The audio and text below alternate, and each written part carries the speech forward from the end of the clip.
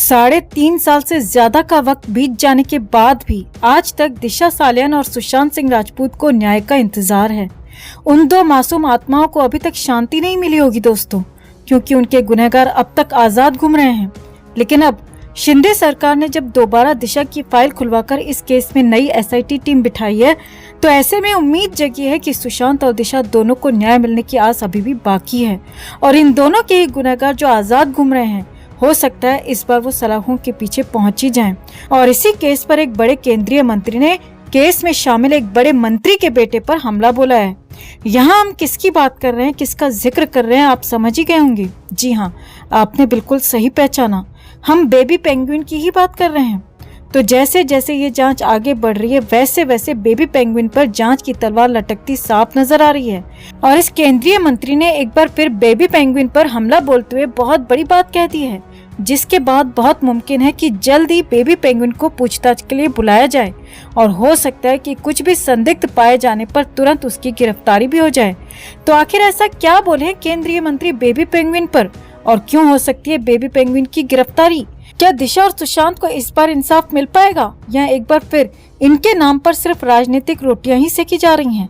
आपको दिखाते हैं, बताते हैं सब।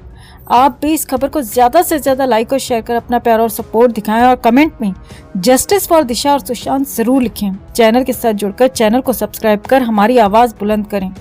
तो 3.5 साल पहले 8 जून 2020 को सुशांत सिंह राजपूत की मैनेजर दिशा सालियान की बेहद संदिग्ध हालात में मौत हो गई। इसके बाद 14 जून को अचानक सुशांत को लेकर भी ऐसी खबर आ गई जिसने पूरे देश को हिलाकर रख दिया और लोग इन दोनों ही मौतों को जोड़कर देखने लगे। और तभी सुशांत की बाहर आई तस्वीरों ने इस बात पर मोहर लगा दी कि सुशांत खुद से नहीं गए, बल्कि उन्हें बेरहमी से जबरदस्ती इस दुनिया से रुखसत किया गया है। और उसके बाद मुंबई पुलिस तो खैर केस को दबाने की ही कोशिश करती रही, लेकिन फैंस ऐसे ऐसे सबूत ढूंढकर लाने लग गए जिससे ये कंफर्म होता चला गया कि कहीं न कहीं सुशांत की डेथ पूरी तरह से दिशा मामले से ही जुड़ी हुई है। और दिशा के साथ जो कुछ भी हुआ, सुशांत वो सारी बात बाहर रखने वाले थे, जिस वजह से ही सुशांत को भी निपटा दिया गया। और उसके बाद पूरे देश में क्रांति सी आ गई। सुशांत के इंसाफ के लिए पूरा देश सड़कों पर आ गया, एकजुट हो गया और केंद्रीय सरकार को इस केस में सीबीआई जांच बिठानी पड़ी। लेकिन बावजूद इसके आज तक न सुशांत और न ही दिशा को इंसाफ मिल पाया है। लेकिन अब फिर से जब दिशा की फाइल खुली है, तो कई राजनीतिक हस्तियां एक बार फिर मैदान में उतर आई हैं और एक बार फिर बड़े बड़े नेता बड़ी बड़ी बयानबाजी कर रहे हैं। जी हाँ, एक बार फिर केंद्रीय मंत्री नारायण राणे इस केस पर बोले हैं, बहुत कुछ बोले हैं। अब हमें समझ नहीं आता कि वो हर बार सिर्फ बड़े बड़े बयान देकर गायब क्यों हो जाते हैं। क्यों वो सबूत बाहर नहीं रखते या सीबीआई तक नहीं पहुंचाते, जिससे कि इस केस में कुछ ठोस हो सके, या फिर शायद सीबीआई तक वो सबूत पहुंचा चुके हैं, बावजूद इसके सीबीआई अभी तक चुप बैठी हुई है। खैर, इस बार नारायण राणे ने सीधे सीधे बेबी पेंगुइन पर हमला बोला है और बहुत बड़ी बात कही है, जिससे एसआईटी की टीम पर प्रेशर बन सकता है कि वो बेबी पेंगुइन को भी जांच के लिए बुलाएं और अगर उसके खिलाफ कुछ भी संदिग्ध मिलता है तो उसकी गिरफ्तारी भी की जाए। दरअसल केंद्रीय मंत्री नारायण राणे ने सुशांत दिशा को लेकर एक बार फिर बड़ा खुलासा किया है। शनिवार को उन्होंने दावा किया सुशांत सिंह राजपूत का मर्डर हुआ है और दिशा सालियान की हत्या की गई है। जब इन दोनों की हत्या हुई तब वे सरकार में थे। वे से उनका मतलब यहाँ उद्धव सरकार से है। उन्होंने आगे कहा, इस मामले में एक मंत्री शामिल हैं और पहले कोई जांच नहीं हुई थी, लेकिन अब जांच होगी और सच्चाई सामने आएगी और सच्चाई का पता लगने के बाद आदित्य ठाकरे को जेल जाना होगा। जी हाँ, बिल्कुल सही सुन रहे हैं आप दोस्तों, बेबी पेंगुइन यानी कि आदित्य ठाकरे को जेल जाना होगा। बिल्कुल इन्हीं साफ साफ शब्दों के साथ इस बार नारायण राणे ने सीधा सीधा नाम लेते हुए, आदित्य ठाकरे का नाम लेते हुए उन पर न सिर्फ आरोप लगाया है, बल्कि एक दृढ़ विश्वास के साथ ये तक कह दिया है कि आदित्य ठाकरे को जेल जाना होगा। यानी कि दोस्तों वो कुछ तो ऐसा ठोस जानते हैं जिससे उन्हें पूरा पूरा यकीन है कि दिशा मामले में आदित्य ठाकरे शामिल हैं, जिस वजह से उन्हें जेल जाना पड़ सकता है। या कहें कि अगर इस बार जांच ईमानदारी से होती है और अंजाम तक पहुंचती है तो आदित्य ठाकरे का जेल जाना तय है। तो उनका यही दावा इस बार उनके पिछले सारे बयानों पर भारी पड़ते हुए काफी अलग, मजबूत और पुख्ता दिखाई पड़ता है। और इसीलिए भी उम्मीद की जा रही है कि हो सकता है इस बार की एसआईटी जांच शांतिपूर्ण तरीके से ही सही, ज्यादा हो हल्ला करते हुए ना सही, पर सच्चाई की तह तक पहुंचेगी और न सिर्फ दिशा बल्कि सुशांत को भी इंसाफ मिलेगा।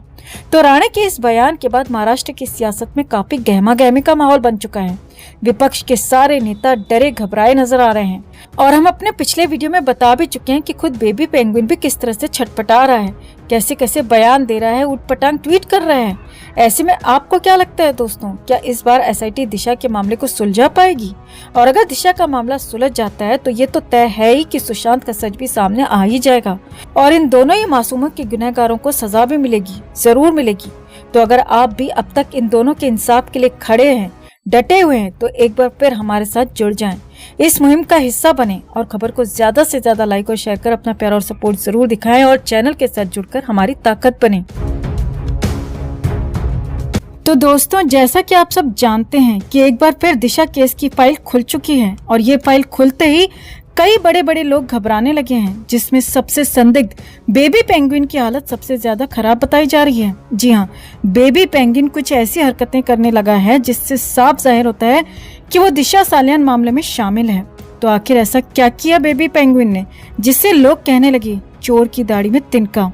आखिर किस तरफ जा रही है दिशा सालियान केस की फाइल और क्या दिशा केस की जांच होते होते सुशांत के राज से भी पर्दा उठ पाएगा? आपको दिखाते हैं, बताते हैं सब। आप भी इस खबर को ज्यादा से ज्यादा लाइक और शेयर कर अपना प्यार और सपोर्ट जरूर दिखाएं और कमेंट में जस्टिस फॉर दिशा और सुशांत जरूर लिखें। तो दोस्तों, एक बार फिर दिशा सालियान मामला सुर्खियों में है और ये फाइल एक बार फिर खुलते ही सियासी गलियारों में भूचाल सा आ गया है। जी हाँ, जिस दिशा केस को सुसाइड केस बताकर दबाने की कोशिश की गई थी वो एक बार फिर सामने आ गया है, जिसके चलते सुशांत केस में शामिल आरोपी भी थर-थर कांपने लगे हैं। क्योंकि हम सब जानते हैं कि एक बार दिशा केस की मिस्ट्री सॉल्व हो गई तो अपने आप सुशांत का मामला भी सुलझ जाएगा। दिशा को न्याय मिल गया तो सुशांत को न्याय मिलना तय है। तो ऐसे में खबरें निकल कर आ रही हैं कि दिशा मामले में एक बार फिर नई एसआईटी टीम बिठाने की तैयारी चल रही है और इस बार जांच में उन लोगों को भी शामिल किया जाएगा जो अब तक अपने रुतबे के दम पर बचते आए हैं। जी हाँ, हमारा इशारा किसकी तरफ है ये तो आप सब समझ ही गए होंगे। इस केस में शामिल सबसे बड़ा नाम बेबी पेंगुइन का निकल कर आया था और अब दिशा केस की फाइल खुलते ही अब तक बचता आ रहा बेबी पेंगुइन किस तरह से छटपटा रहा है ये किसी से छिपा नहीं है। वो तरह तरह के बयान दे रहा है, उसकी बौखलाहट साफ नजर आ रही है और इसी दौरान उसने एक ऐसा ट्वीट भी कर दिया है जिससे कि लोग कहने लगे हैं कि इसे ही कहते हैं चोर की दाढ़ी में तिनका। तो क्या आदित्य ठाकरे को भी इस पर पूछताछ के लिए बुलाया जा सकता है? अगर ऐसा होता है तो ये दिशा केस में अब तक का सबसे बड़ा टर्निंग पॉइंट होगा और इसी वजह से आदित्य ठाकरे काफी बौखलाए घबराए नजर आ रहे हैं और उनकी ये बौखलाहट, उनकी ये घबराहट उनके लेटेस्ट ट्वीट में भी साफ देखी जा सकती है, जो कुछ इस प्रकार है। आदित्य ठाकरे अपने लेटेस्ट ट्वीट में कहते नजर आ रहे हैं, ये जानने की जरूरत है कि हमारा देश कैसे तानाशाही की ओर बढ़ रहा है। ये वर्तमान शासन आपके अधिकार, स्वतंत्रता और संवैधानिक को छीन लेगा।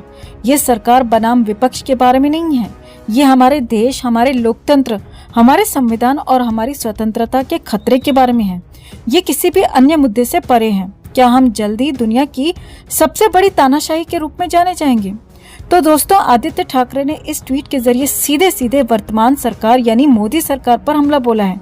आदित्य ठाकरे जिस तरह की बयानबाजी कर रहे हैं, जिस तरह अपने मुद्दों से इतर ऊट पटांग ट्वीट कर रहे हैं, उससे तो यही समझ आता है कि वो अंदर से कितने घबराए हुए हैं, डरे हुए हैं। और तभी लोग कह रहे हैं कि ये जरूर दिशा मामले में 100% शामिल हैं। तभी उनकी बौखलाहट, उनकी घबराहट इस तरह निकल कर आ रही है।